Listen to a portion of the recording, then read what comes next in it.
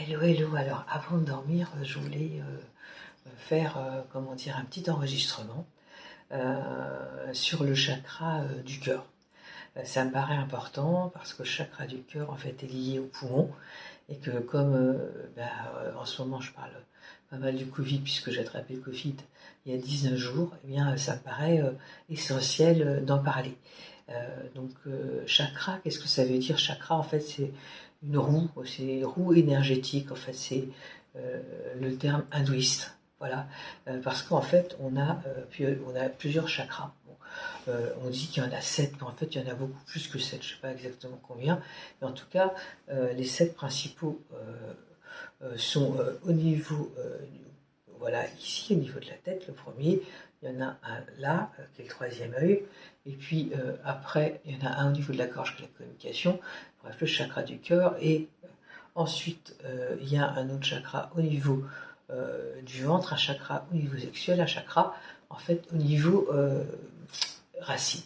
Qu'importe. Aujourd'hui, ce qui est important, je voudrais parler du chakra du cœur.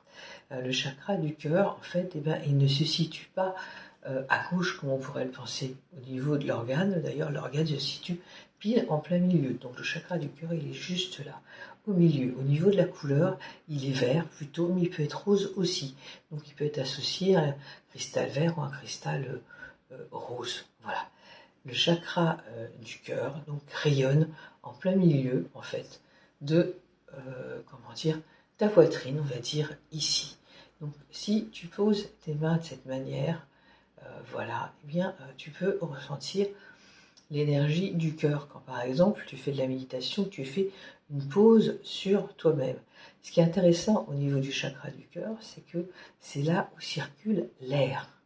Donc en fait, le chakra du cœur est associé à l'air, A-I-R.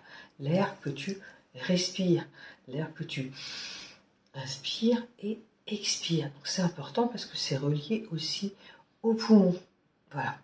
Et donc, il est essentiel de prendre du temps pour soi pour pouvoir ouvrir le chakra du cœur et faire en sorte qu'il soit équilibré. Plus il est équilibré, plus il est ouvert et mieux tu es.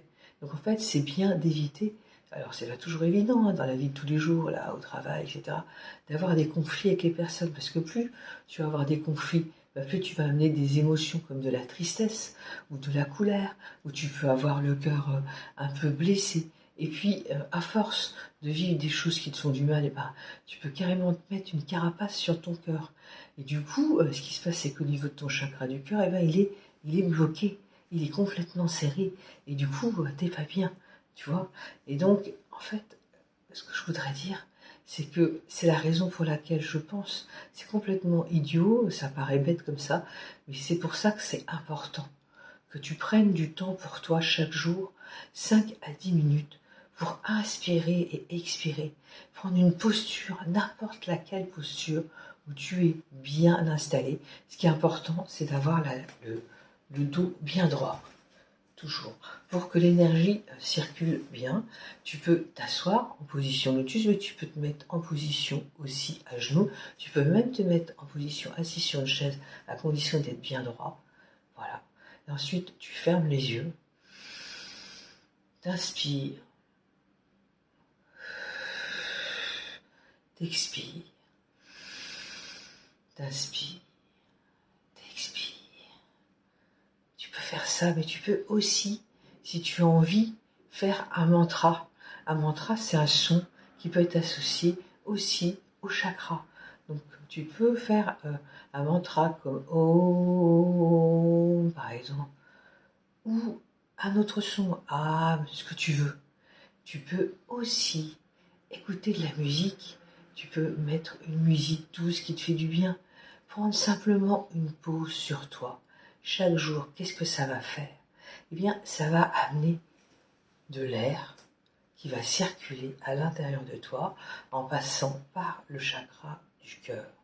Et comme tu n'auras aucune intention, aucun objectif que d'être simplement là avec toi à t'écouter, ça va t'apporter de la paix, du calme et de l'amour, tout simplement.